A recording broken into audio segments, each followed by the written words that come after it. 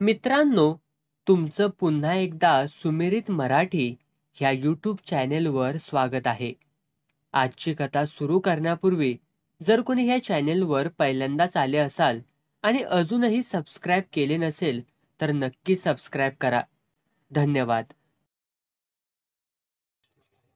हुबलकवाडी हे एक सांगली जवळचं सुधारलेलं पुढारलेलं गाव होतं. शहर जवळ असल्याने गावावर नागरी संस्कृतीची छाप होती. शेती हा गावाचा मुख्य व्यवसाय होता. गावाची जमीन बारमाही पाण्याखाली भिजत असल्याने तिथे नगदी पिकांची रेलचेल होती. नगदी पिकांच्या पैशांनी गाववाल्यांची खाती गलेलठ्ठ झाली होती.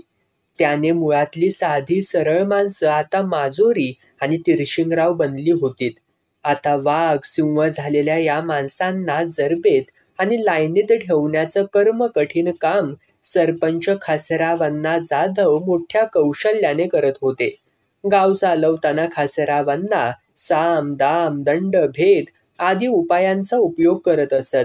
सज्जनांशी वागताना ते लोण्यापेक्षा मऊ असत, तर नामी लोकांशी वागताना वज्राहून कठीण होत असत. रोज रात्री खासरावांनांच्या वाड्यावर त्यांचा दरबार भरे. तो देर रात तक चाले. रघुअण्णा कुलकर्ण्याकडे गावचं पंतप्रधान पद होतं. ते गावातल्या भानगडीत प्रत्यक्ष भाग न घेता सांगेन गोष्टी युक्तीच्या चार या उक्तीप्रमाणे वागत. रंगा पैलवान संरक्षण मंत्री म्हणण्यापेक्षा आक्रमक मंत्रीच होता. खासरावांना बोट दाखवतील त्याची हाडं मऊ करण्याचं काम त्याच्याकडे होतं. गावात व्यसनांना मज्जाव होता. व्यसनींची धुलाई करण्याचं कामही त्याच्याकडेच होतं. शामू आंदळकर परराष्ट्र मंत्री होता. खासरावांनांच्या पाठी तो सावलीसारखा असे. खासरावांनांच्या सगळ्या मसलती अफलातून डोक्यालिटी वापरून तो त्या तडीस नेत असे. सोसायट्या काढून त्या बुडवणं हा त्याचा पोटा पाण्याचा व्यवसाय होता. गावात किती सोसायट्या स्थापून किती बुडवल्या याची गणती केली तर त्याची नोंद सहजपणे गिनीज बुकामध्ये झाली असती. बागायतदार बारकू नाना पाटील बिनखात्याचे मंत्री होते. गावच्या दूध डेअरीचे चेअरमन होते. घरची 100 एकर जमीन असूनही ते डेअरीचं दूध ओरपायला मागे पुढे पाहत नसत. इंगवले नाना व्यापार मंत्री होते. गावच्या सहकारी सोसायटीचे चेअरमन होते. सहकारातून स्वाहाकार करण्याचं काम ते कित्येक वर्ष इमाने इतबारे करत होते. महादू तलाटी, नामू टेलर, प्राचार्य करमरकर हे निरनिराळ्या खात्यांचे राज्यमंत्री होते. फुटाणे गुरुजी शिक्षण मंत्री होते. आयुष्यभर हातात कधीच खडू न धरता राज्य सरकारचा आदर्श शिक्षकाचा पुरस्कार त्यांनी सहजपणे पटकावला होता. बारकू नानांच्या सौभाग्यवती छबुताई महिला कल्याण खात्याच्या मंत्री होत्या. गावात खासरावांनांच्या नंतर त्यांचाच दबदबा होता. बाई असूनही गावात त्या एकमेव पुरुष होत्या. खासरावांनांच्या एकुलत्या एक पोरीचा बकुळाचा पती गणा पाटील गावचा सबकुच होता. कोणत्याही भानगडीत तोंड खुपसणं हा त्याचा जात्याच स्वभाव होता. गाव तसं सुजलाम सुफलाम असल्याने गावाबाहेरच्या अनेकांना गावात येऊन रहिवासी होण्याची इच्छा होत असे. पण माणसाला पूर्ण पारखल्यानंतरच खासरावांना त्याला गावात राहू देत असत. अलबत्त्या गलबत त्याला गावात राहण्याला मज्जाव होता. एक दिवस सकाळी सकाळी खासरावांना कडुनिंबाच्या काडीने दात घासत होते. तेव्हा त्यांना लांबूनच रंगा पैलवान आणि गावातला पेताड दादू चौगुले त्याच्या पाठीमागे लपून येताना दिसला. त्यांच्या कपाळावरती आठ्या चढल्या, कारण रंगा पैलवान तिथे भानगड हे समीकरण त्यांना माहिती होतं. ते रंगाला म्हणाले, गड्या, सकाळी सकाळी या दाद्याला घेऊन आलायस, काय र भानगड हाय र? तसं रंगा म्हणाला, अण्णा, मी दाद्याला घेऊन आलो नाही, तर तोच मला घेऊन आलाय व. आईला आकरीतच दिसतंय की. वाघानं सशाला धरून आणण्याऐवजी सशानंच वाघाला धरून आणावं. हे र कसं घडलं? अण्णा, आपला कसला प्रॉब्लेम नाही, पण या दाद्या पुढं जंक्शन प्रॉब्लेम खडा राहिलाय. त्याला एकट्यानं तुमच्या पुढं उभं राहायला भीती वाटत्या, म्हणून मला पुढं घालून आलाय त्यो. रंगा, गड्या, असलं किरकोळ प्रॉब्लेम असताना माझी सकाळ का मुनर बरं खराब करतोयस? राजकारणातल्या भानगडींनी माझं डोकं अगोदरच चक्रावलंय र. अण्णा, माझ्या कॅपॅसिटी बाहेरचा प्रॉब्लेम हाय. बाई पाटलीची ही भानगड हाय. असं म्हणतोस? मग चल आज दिवाणखान्यामध्ये बसूया. खासेरावांनांनी कडुनिंबाची काडी फेकून दिली. नोकराने दिलेल्या कडतं पाण्यानं चूळ भरली. धोतराच्या सोग्याने तोंड पुसून ते दिवाणखान्याकडे चालू लागले. त्यांच्या पाठीमागे रंगा आणि दादू अंग चोरून चालू लागले. दिवाणखान्यात खासेरावांना तक्क्याला टेकून बसले आणि रंगा व दादू त्यांच्यापासून अंतर सोडून बसले. तसं खासेरावांनांनी आपल्या पोरीला बकुळाला हाक दिली. म्हणाले, बकुळे, रंगा आणि दादा चौगुला आलाय बघ, दूध आण. दादू आज दारू ऐवजी दूध पिणार हाय ग. आपण केलेल्या विनोदावरती खुश होत ते खळखळत हसले. त्यामुळे रंगाला आणि दादूलाही हसावं लागलं. दुधाचे ग्लास आहे, दूधपान झालं. तसं खासेरावांना म्हणाले, गड्यांनो बोला आता. तसं दादू म्हणाला, अण्णा, माझी भानगड नाही, मेहुण्याची भानगड हाय. मेहुणा म्हणजे बायकोचा भाऊ का बहिणीचा नवरा र. बायकोचा भाऊ म्हणजे नाजूक नातं. ते सोडवलं नाही तर थाळी बंद. काय वय अण्णा? हे बघा गड्या, त्याला गावात कायमचा राहायचं असेल तर त्याचं 6 महिनं निरीक्षण झाल्यावरच त्याला मी गावात निवास करून देईन. तसलं काय नाही अण्णा. गावात तो पाहुणाच म्हणून राहणार हाय. मग ठीक हाय. तुझा प्रॉब्लेम काय? अण्णा, मेडिकलचा प्रॉब्लेम हाय. मग डॉक्टरला दाखव. माझ्याकडं काय र? डॉक्टराच्या डोक्याबाहेरचा प्रॉब्लेम हाय. तसं खासेरावांनांची उत्सुकता चाळवली गेली. त्यांनी विचारलं, आईला असं हाय तरी काय जंगाट म्हणायचं? अण्णा, याचा मेहुणा 6 महिनं झोपतय आणि 6 महिनं जागतय व. आईला रंगा, काय फिकतोयस का काय र? माझी चेष्टा करतोयस वय?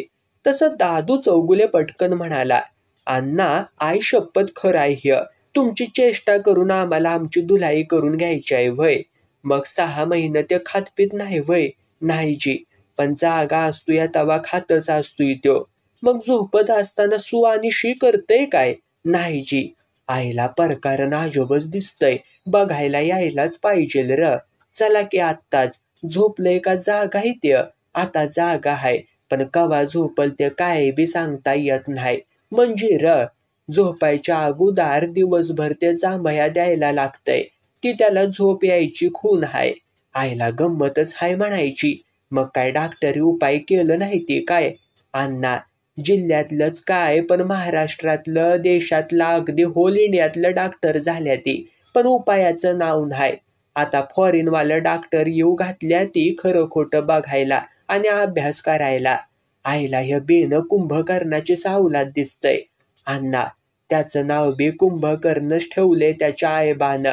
जन्मापासून तो तसाच हाय. आईला मग बघायला आलंच पाहिजेल बघा. मग काय करा अण्णा, आज सकाळपासनं जांभया द्यायला लागलंय त्या. कवा झोपल ते काय बी सांगता येत नाही. तसं खासेरावांनांनी सकाळचे सगळे कार्यक्रम शॉर्टकटमध्ये केले. 2 तांब्यांमध्ये अंघोळ उरकली म्हणण्यापेक्षा भरलेली बादली डोक्यावरून ओतून घेतली. इस्त्रीचे कपडे अंगावर चढवले आणि ते रंगा दादूला म्हणाले, चला र गड्यांनो. खासेरावांनांची मर्सडीज दादू चौगुल्याच्या दारापुढं उभी राहिली. तेव्हा तिथे ही म्हणून गर्दी जमा झाली होती. कुंभकर्ण ज्या खोलीत होता तिथे हलायलाही बोटभर जागा नव्हती. खासेरावांना गाडीतून उतरायच्या आधीच रंगाने गाडीतून उडी मारली आणि जमावावरती ओरडला, चला बाजूला व्हा र, अण्णा आल्या ती. हल्ला नाही तर डोक्यात बुक्क्या घालून एकेकाच्या मेंदूतून भेजाच काढून कोल्हा कुत्र्यांना घालीन. रंगा पैलवान बोलणारा तसं चालणारा आहे हे माहीत असल्याने भराभर गर्दी पांगली, बाजूला सरली. लोकांनी खासेरावांना वाट मोकळी करून दिली. खासेरावांना आत गेले तेव्हा तिथे एक बलदंड माणूस एकसारखा जांभया देत होता. शरीराला आळोखे पिळोखे देत होता. त्याला बघून खासेरावांनांनी ओळखलं की कुंभकर्ण म्हणतात तो हाच असावा. खासेरावांनांना पाहताच दादूची बायको आणि कुंभकर्णाची बहीण कमळा त्यांच्या पायावर पडून लोळत म्हणाली, अण्णा, काय बी करा आणि माझ्या या भावाला साध्या माणसासारखं करा. त्याचं लग्नाचं वय होऊन गेलंय. कोण असल्या माणसाला बायको देणार आहे व? तसं खासरावांना म्हणाले, बाय, देशभरातल्या डॉक्टरांना जे जमलं नाही ते माझ्यासारख्या अडाणी माणसाला काय ग जमणार? अण्णा, 4 बुकं शिकलेल्या माणसापेक्षा तुमचं डोकं भारी आहे. शाण्या सुरत्या माणसापेक्षा तुमच्यामध्ये दम आहे. अख्खा महाराष्ट्र तुमचं नाव काढलं की थरथरा कापतोया. कमळाबाई, हे माझं कौतुक समजू का बदनामी? अण्णा, बदनामी कशी करू तुम्हागत देवा माणसाची? तारा राणीच्या काळात धनाजी संताजीचं नाव जरी निघालं तरी बादशाची घोडी निमूट पाणी प्यायची. तसं तुमचं आहे. तुमचं नाव जरी निघालं तरी देव बी घाबरतोया. उगच चापलाशी करू नगस. मी काय करू ते सांग आधी. अण्णा, या कुंभकर्णावर असा बार टाका की तो झोपायला घाबरलाच पाहिजे. त्याची झोपच पळून गेली पाहिजे. मी तुमची बहीण आहे, या बहिणीचं तेवढं निभवा. आता कमळाबाईने खासरावांनांशी बहिणीचं नातं जाहीरपणे जोडल्याने त्यांना ते निभावणं भागच होतं. कमळाबाईला दुखावणं त्यांच्याच्याने होणारं नव्हतं. काय करावं याचा विचार ते करू लागले. तसं कमळाबाई त्यांना म्हणाली, अण्णा, बंदुकीच्या बारापेक्षा तुमच्या तोंडाचा बार मोठा असतो या असं आम्ही ऐकून हाय. काढा बार, बघतायसा काय? तसं पुढचा मागचा कसलाही विचार न करता आपल्या घणाघाती आवाजात एक कचकचून शिवी देत ते ओरडले, अरे कुंभकर्णा, झोपलास तर डोक्यात गोळी घालून कायमचा झोपवीन तुला. उठ, जागा राहा. तसं कुंभकर्ण खासरावांना म्हणाला, अण्णा, मला झोप आवरत नाही. जवळ या आणि कानात वरडा. शिव्यांची डिक्शनरी पार कानात वता. तसं खासरावांना कुंभकर्णा शेजारी बसले आणि त्यांनी शिव्यांची फटाक्याची माळच लावून दिली. पण त्याचा काही उपयोग होत नव्हता. कुंभकर्ण झोपेच्या अधीन होऊ लागला. कुंभकर्णाच्या मेंदूचा झोपेने ताबा घेतला आणि त्याच क्षणी कुंभकर्णाने खासरावांना घट्ट मिठी मारली. तसं खासरावांनांनी त्याची मिठी सोडवून उठायचा प्रयत्न केला. पण कुंभकर्ण बलदंड असल्याने त्याची प्रचंड मिठी त्यांना सोडवता येईच ना. तसं कासावीस होत खासरावांना ओरडले, अरा आमचा रंग्या कुठं गेला? मेला का काय त्यो? तसं रंगा पैलवान पुढे येत म्हणाला, अण्णा, मी अजून मिलून हाय, हितच हाय की. मग करतोस काय लेका? मी मरायची वाट बघतोयास काय? हो पुढा आणि सोडव मला या राक्षसाच्या मिठीतनं. तसा रंगा पुढे झाला. त्याने कुंभकर्णाच्या मिठीतून खासरावांना सोडवायचा प्रयत्न केला. पण आपली पुरी पैलवानी ताकद लावून जमलं नाही. तसं तो आपल्या तालमीतल्या पोरांवरती आराडला, अरे काय गंमत बघतायसा का काय? हिथं कोण हाणगण असते ती का काय? व्हा पुढं आणि या मदतीला माझ्या. तसं 5-6 तालीमबाज पोरं रंगा पैलवानाच्या मदतीला धावलीत. पण कशाचाच उपयोग होईना. तसं शामू आंदळकर रंगाच्या मदतीला धावला. तो ओरडला, अरे 2 ट्रॅक्टर आणा. तसं चिडून खासरावांना म्हणाले, ट्रॅक्टर कशाला? माझ्या डोसक्याची मशागत करायची हाय व्हय? तसं शामू खासरावांना समजावत म्हणाला, तसं नाही अण्णा. कुंभकर्णाच्या 2 हातांना 2 दोर बांधायचे. ते दोर ट्रॅक्टरांना जोडायचे आणि ते चालू करायचे. म्हणजे कुंभकर्णाचे हात आपोआप उघडतील आणि तुम्ही अलगद सुटाल. तसं खासरावांना आपल्या सुटकेची आशा वाटू लागली. ते म्हणाले, मग शाम्या थांबलायस काय? लाग की र कामाला. तसं 15 मिनिटांत 2 ट्रॅक्टर दाराबाहेर उभे केले. कुंभकर्णाच्या कोपऱ्यांच्या पोकळ्यांतून दोर घालून ते बांधण्यात आले. दुसरी टोकं ट्रॅक्टरांना बांधण्यात आली. आता काय होतंय ते पाहायला सगळे श्वास रोखून पाहू लागले. तसं शामू अण्णांना म्हणाला, होशार अण्णा, ट्रॅक्टर सुरू करतो. अरे कर. तसं दोन्ही ट्रॅक्टर सुरू झाले. दोर ओढले जाऊ लागले. पण त्याचा काही उपयोग झाला नाही. मिठी सुटायचं तर सोडूनच द्या. पण दोराबरोबर कुंभकर्ण आणि त्याने मिठी मारलेले खासरावांना फरफटत जाऊ लागले. तसं खासरावांना वेदना होऊ लागल्या. तसं त्यांनी एक नामचीन शिवी दिली आणि म्हणाले, अहो मला मारताय की काय व? तसे ट्रॅक्टर थांबले. आता खासरावांनांचा जीव घाबरा झाला होता. ते ओरडले, अरे गप काय राहिलायसा? काहीतरी करा आणि मला सोडवा. तसा रंगा ओरडला, आयडिया. कर कर, काय करायचं असेल ते लवकर कर बाबा. JCB मशीन मागवा. रस्त्याच्या कामावर आलंय त्या. ट्रॅक्टरपेक्षा जादा ताकद असत्या त्याची. सगळ्यांना रंगाची आयडिया आवडली. त्याही परिस्थितीत खासरावांना म्हणाले, आईला पैलवान असून बी तुझं डोसकं चालतंया बघ रंगा. तसं 6 फुटी 100 किलोंचा रंगा पैलवान चक्क लाजला. लोक JCB मशीन आणायला धावले. 5 मिनिटांत रस्त्यावरचं JCB मशीन रॉ रॉ आवाज करत दादूचं कंपाऊंड मोडून आत घुसलं. तशी कंबळाबाई जीवाच्या आकांतानं वराडली, अरगत काळ्यांनो, माझं काय घर पाडतायसा का काय? माझा भाऊ बी अशानं मरून जाईल की. JCB थांबला तसं खासरावांना कमळाबाईवरती ओरडले, अगं कमळे, तुला तुझ्या भावाची काळजी वाटत्या, माझ्या जीवाची वाटत नाही व्हय? तसं कमळाबाई अजिजीने म्हणाली, अण्णा तुम्ही माझं भाव हायसा, माझं भगवान हायसा, तुम्हाला कसं काय मरून देईन व्ह मी? मग काहीतरी उपाय काढ की.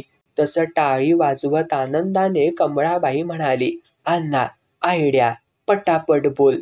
माझ्या भावाला गुदगुल्या सहन होत नाही ती, तो लगेच बावचळतोय. त्यानं काय होणार? आपण सगळे त्याला गुदगुल्या करूया. त्यानं त्याचे हात मोकळे होतील आणि पटकन अण्णा बाजूला होतील.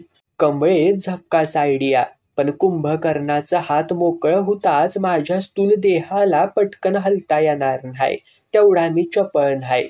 तसं रघुअण्णा कुलकर्णी म्हणाले, गुदगुल्या सुरू होताच कुंभकर्णाचे हात क्षणभर का होईना मोकळे होतील. तेवढ्यात हा रंगा पैलवान अण्णांना चपळाईने ओढून काढल. काय? सगळ्यांना ही आयडिया आवडली. सगळे गुदगुल्या करायच्या तयारीला लागले. इकडे रंगाने खासरावांना मागून मिठी मारली. तसं रघुअण्णा ओरडले, रेडी का? Ready ready. तसं कमळाबाई आणि रंगा ओरडला, रेडी. त्याच क्षणी सगळा जमाव कुंभकर्णावरती ह्यो तुटून पडला. प्रत्येक जण कुंभकर्णाला गुदगुल्या करू लागला आणि ही योजना, ही आयडिया फळाला आली. क्षणभर कुंभकर्णाचे हात उलगडले गेले आणि त्याच क्षणी रंगाने डाव टाकत चपळाईने खासरावांना ओढून बाजूला काढलं. तसं खासरावांनी सुटकेचा निश्वास टाकला आणि सगळीकडून टाळ्यांचा एकच कडकडाट सुरू झाला. सगळे खुश झाले, पण कमळाबाईने भोकाड पसरलं. तसं वैतागून खासरावांनी तिला विचारलं, कमळाबाई, मी जगलो याचं तुला दुःख झालंय काय? तसं नाही व्ह अण्णा. मग ग, माझ्या भावाचं काय? तसं खासरावांना तिला म्हणाले, कमळाबाई भोकाड पसरू नगस, तुझं रडा आवार, तुझ्या भावाला जागवायचं माझ्याकडं लागलं. तसं खुशीत येत कमळाबाई म्हणाली, काय म्हणताय काय अण्णा? मग खोटं का काय ग? मग लागा की कामाला. खासरावांनी कमळाबाईला शब्द दिला खरा, पण काय करावं तेच त्यांना समजेना. अखेर थोडा विचार करून रंगाला ते म्हणाले, गाड्या रंगा, 10-15 मोटारसायकली जोडा आणि आसपासच्या गावातल्या सापडल त्या वैद्याला आणा, जडीबुटीवाल्यासनी धरून आणा. अर्ध्या तासात आसपासच्या गावातले 5-50 वैदू जडीबुटीवाले हजर झाले. खासरावांना त्या सगळ्यांना म्हणाले, तुम्ही सगळे बाजूच्या खोलीत जा, विचार विनिमय करा आणि काय उपाय करायचा ते लवकर ठरवा. ज्याचा गुण येईल त्याला गळ्यात मी 25,000ची माळ घालीन. तसं रंगाने त्या सगळ्यांना एका खोलीत कोंबलं आणि त्यांना सज्जड दम भरला. परफेक्ट उपाय करा, उगाच सोंग कराल तर तुमच्या मी मुंड्याच मुरगाळीन. सगळे वैदू जडीबुटीवाले चर्चेऐवजी एकमेकांशी तंडू लागले.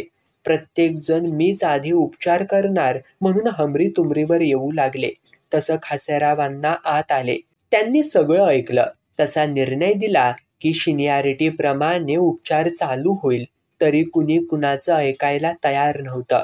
तसे खासरावांना त्यांच्यावरती ओरडत म्हणाले, अरे आपल्या नामदार आबांनी महात्मा गांधी तंटामुक्ती योजना जाहीर केली आणि तुम्ही धराधरी करताय. आता आवाज केला असा तर नामदार आबांच्या ताब्यात देईन. तसे एक 25 वर्षांचा तरुण वैदू पचपचला, अण्णा ही पार्शालिटी झाली. कसली र? म्हातारे वैदू वयानं का शहाणे असतात?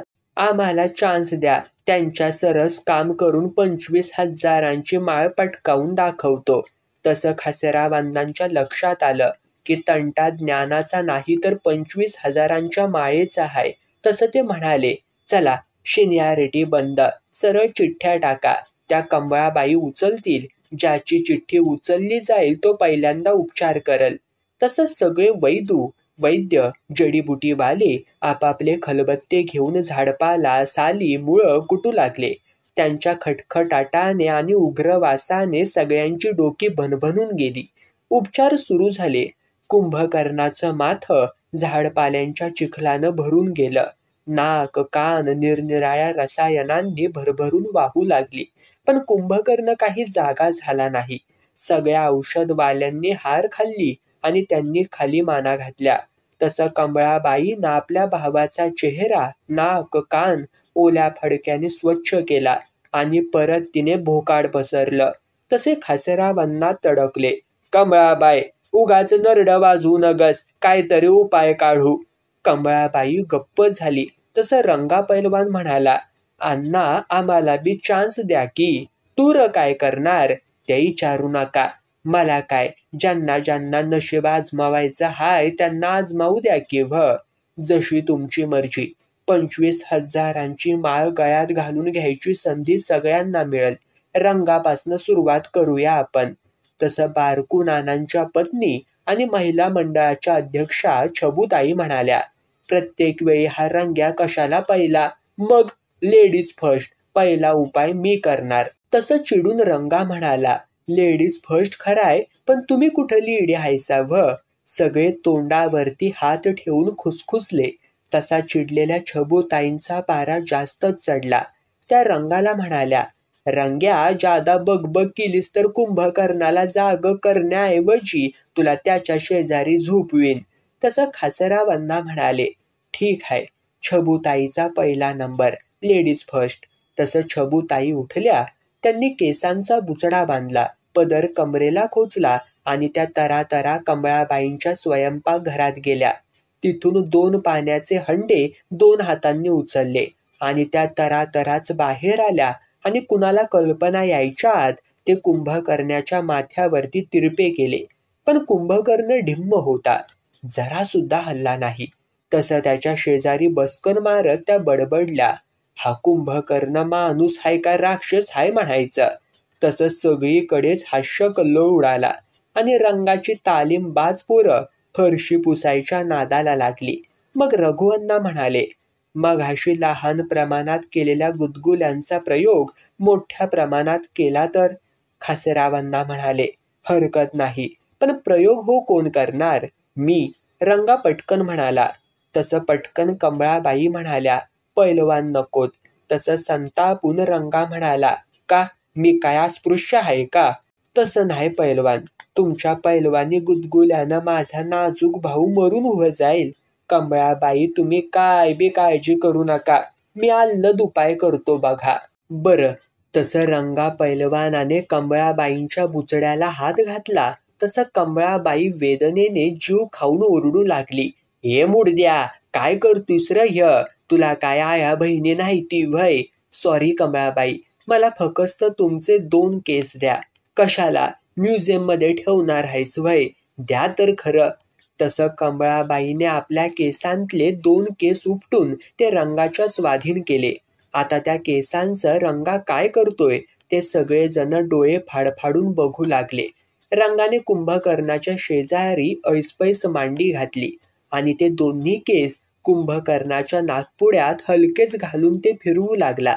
कुंभकर्णाला साधी शिंकही आली नाही, तर तो जागा व्हायचा प्रश्न नंतरचा होता.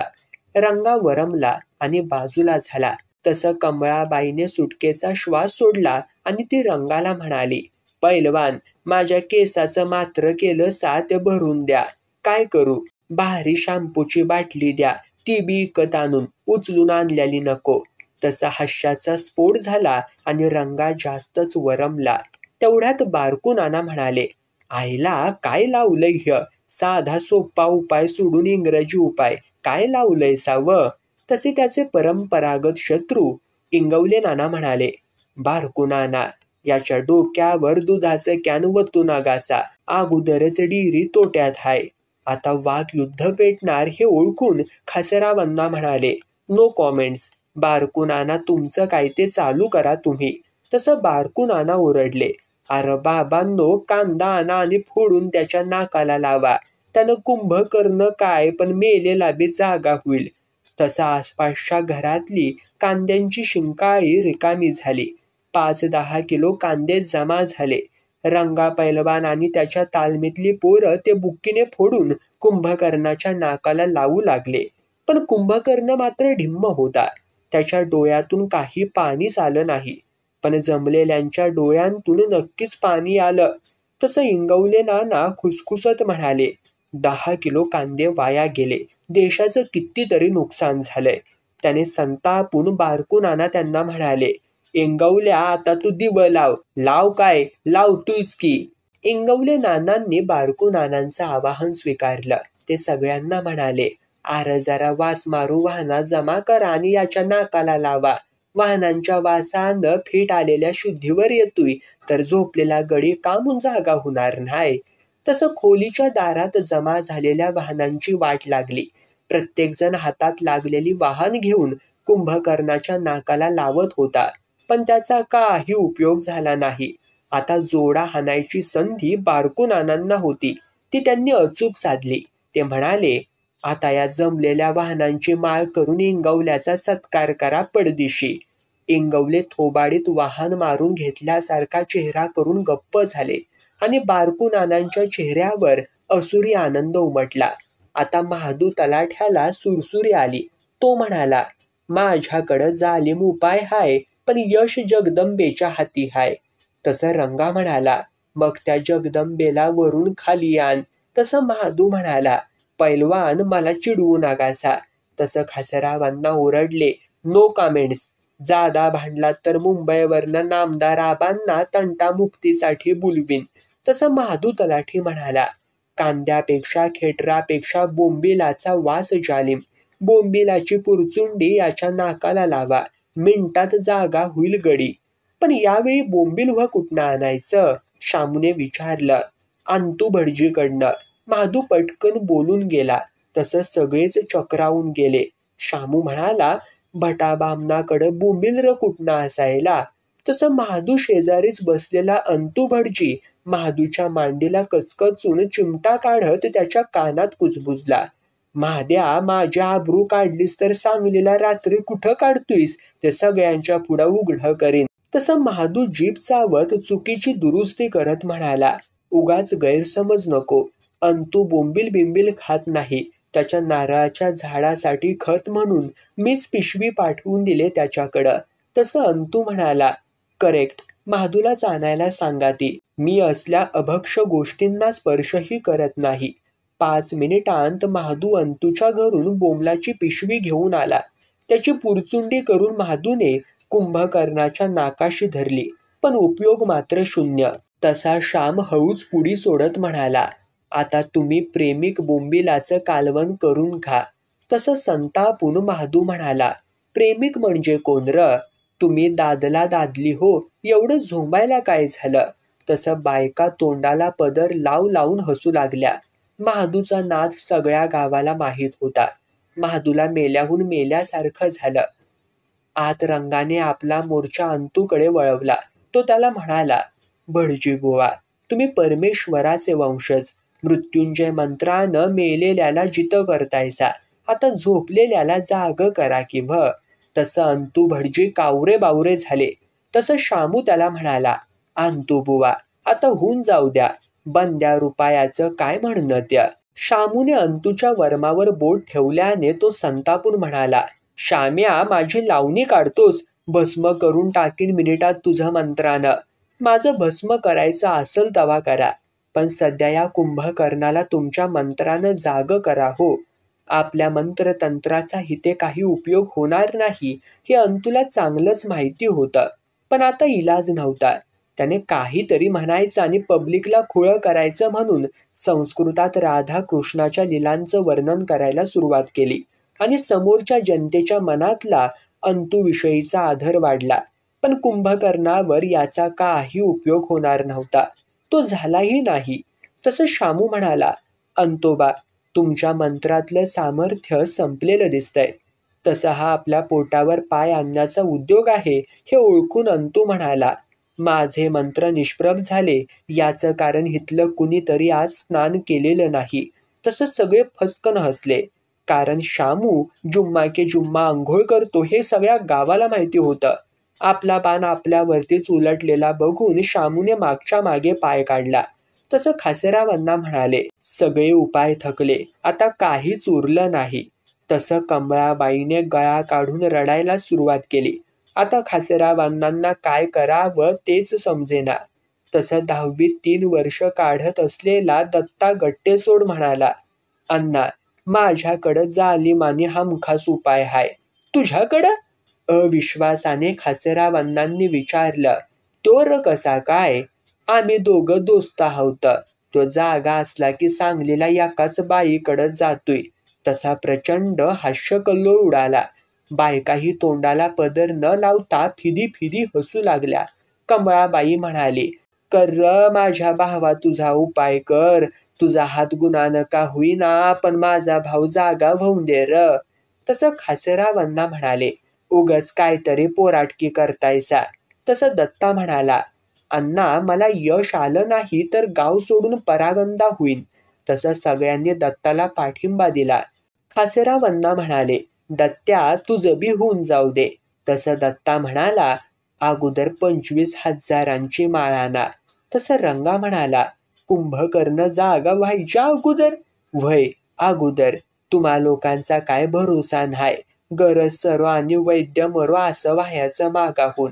तसं खासेरावांनी जाकिडाच्या खिशातून नोटांचे गट्टे काढले आणि नामू टेलरला म्हणाले, नामू, कर माळ नोटांची.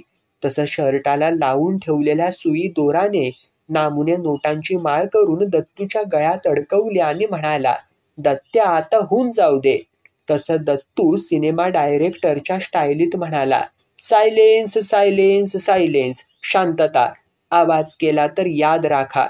तसं सगळे चिडीचूप झाले. टाचणी पडली तरी आवाज होईल इतकी शांतता पसरली.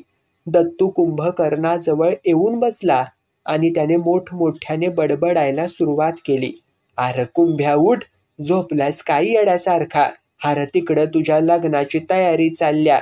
बँड वाजवीत अंतू भटजींना अंतरपाठ धरलाय. साक्षात ऐश्वर्या अभिषेकला काडीमोड देऊन तुझ्याशी लग्न लावायला आल्या आणि मर्दा तू झोपलायस व्हय. उठ. ऐश्वर्या बोहल्यावरती ताटकळत बाहेर उभी आहे. ऐश्वर्या या शब्दाचा कुंभकर्णावरती जादूसारखा परिणाम झाला. तो धडपडून उठत म्हणू लागला, अरे ऐश्वर्या, माझी स्वप्नो की राणी आली व्हय. माझी कापडा आणा, मुंडावळ्या बांधा मला. तसं सगळ्यांनी टाळ्या वाजवून दत्तूचं कौतुक केलं आणि नोटांची माळ घालून दत्ताची गावातून मिरवणूक काढली.